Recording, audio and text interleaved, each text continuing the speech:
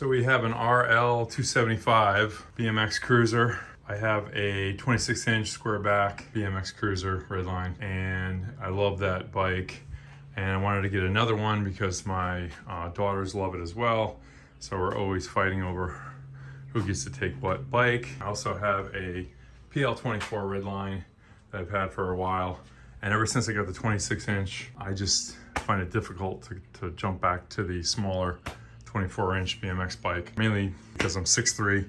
It's just a bit too small for me. So a second, I'll be happy with it. So this is basically an unboxing and a quick build, and then my initial thoughts on how it rides, mainly compared to the square back 26. Okay, so let's tear into this thing. Pop the staples open her up. Oh, those are some big tires.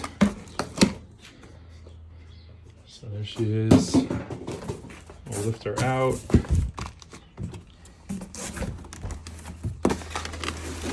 With this,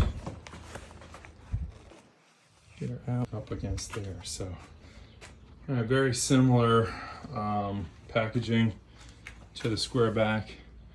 Everything looks to be in pretty good shape. I don't see any scratching or any damage. These 3-inch wide tires are definitely wide. That's a huge difference. Yeah, these have the Cresta stems on them. So we have anything else? And we have a box. They're very lightweight. Let's see what's in the box. So in the box we have the Redline owner's manual. Looks a bit smaller than the square back. We got a chain guard. We won't be putting that on. Pedals, which are definitely, they're not the bear trap pedals like on the square back. These are, I think they're plastic, but they're thinner. So we'll put those on for now. It does come with a wrench, 10 millimeter, 12 and 15 millimeter wrench. We have reflectors, and then we have the Allen key.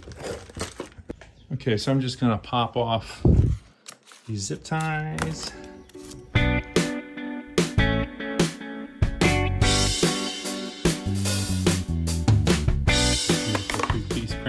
These stickers are super hard to get off. The residue that they leave behind, it's insane. One word of caution.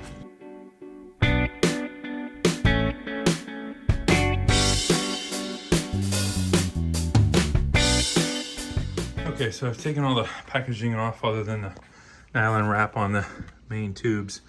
Just want to keep them on there just to protect it as I'm putting the rest of it together. All in all, the way that they protect these and package them, it's pretty impressive.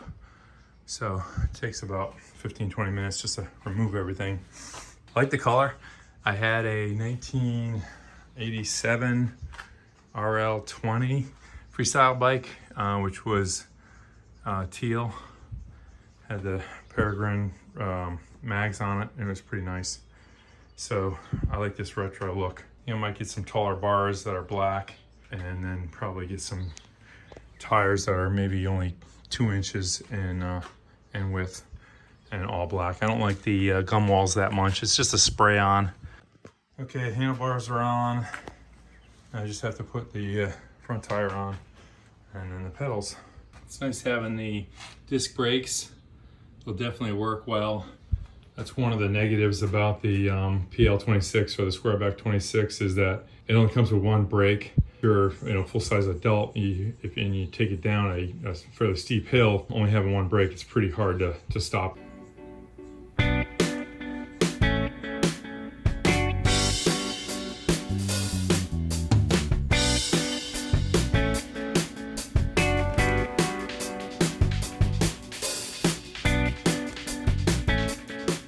The front sprocket, the gearing on this bike seems to be fine.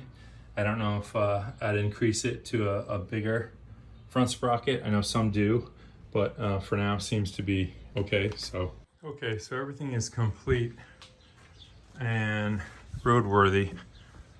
I removed all the miscellaneous stickers and set everything up. The only thing I'd like to note is that the pedals In order to get them on, you have to have an Allen wrench, a larger Allen wrench than what was included in the Allen key set. So it was an 8 mil, this guy here. And you basically have to insert it from behind and tighten up the pedals that way. So they don't include that 8 mil. But all in all, it fit and finish is great. Paint quality is awesome. Everything is put together and assembled well.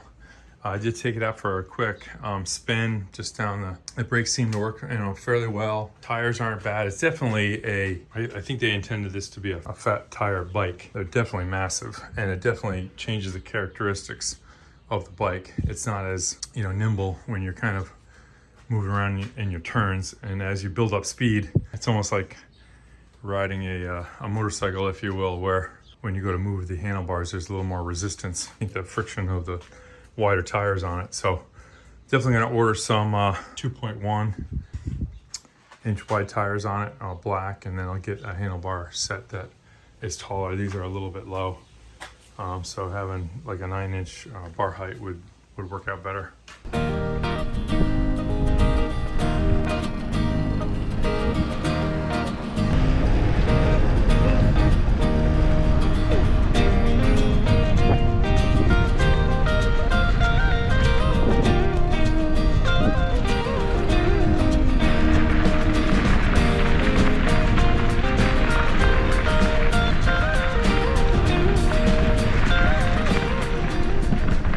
Fat tires definitely make the trail so much smoother.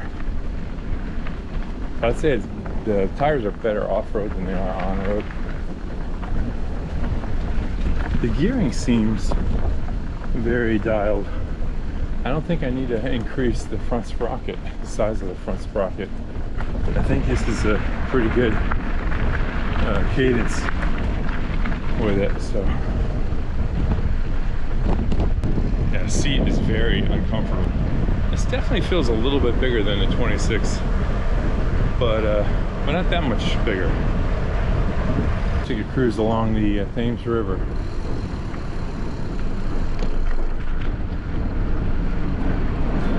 A lot of sailboats out tonight.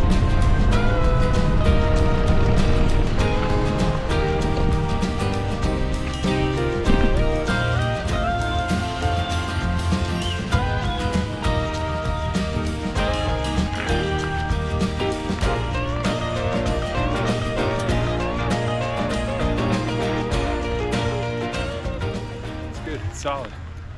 Rolls nice. Once I get some skinnier tires on it and taller bars and a better seat, I think we're good to go. Other than that, there's really nothing to change, even though those are kind of somewhat major items. But yeah, I think she's going to be a keeper.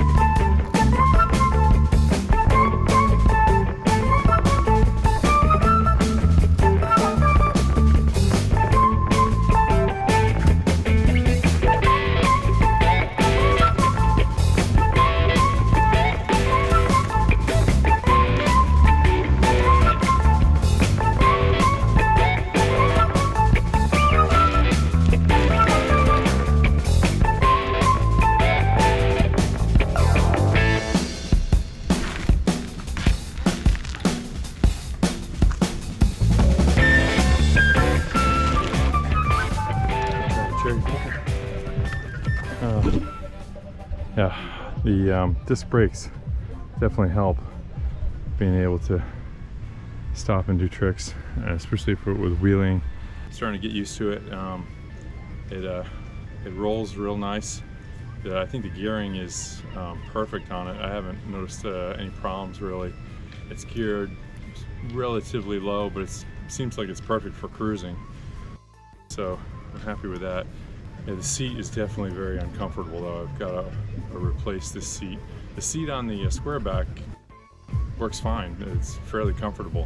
So I might order one of those, or just get something with like a gel cushion. but this one's it's just too small and it's too rounded. So it's not really comfortable at all.